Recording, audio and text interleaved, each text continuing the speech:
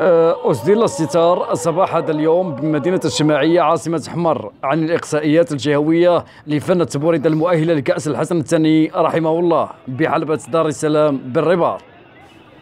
وقد مرت أجواء الإقصائيات في جو بهيج، حيث استمتع الجمهور الحمري والذي حج إلى ميدان الفروسية من كل حدب وصوب، نساء ورجالا شبابا وشيوخا بكثرة كما جرت العادة. وقد كانت ذلك طيلة الأيام الثلاثاء والأربعاء والخميس والجمعة ويومه السبت، حيث تبارى الفرسان بروح رياضية عالية في طقوس أبرز من خلالها الفرسان على مهارتهم في قواعد ركوب الخيل. وقد أسفرت النتائج النهائية اللائحة التالية: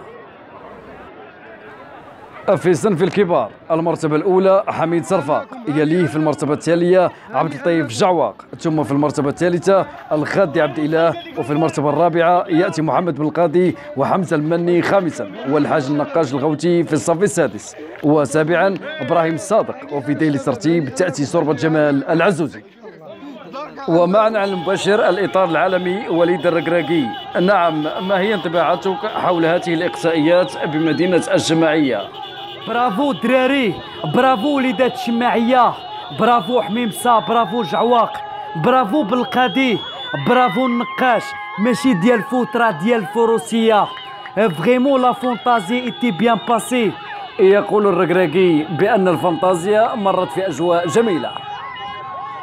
بيان سور كاينين شباب زوينين في الفروسية، كنقول لكم ديروا النية بحال راس لافوكا وان شاء الله غيكون خير. الله يعاونكم. شكرا وليد، والشكر موصول لكل المؤسسات التي سهرت على تنظيم هذه التظاهرة التراثية. كان معكم حسن بوطبسيل بصوت عادل الفكاهي مقلد الأصوات. إلى اللقاء.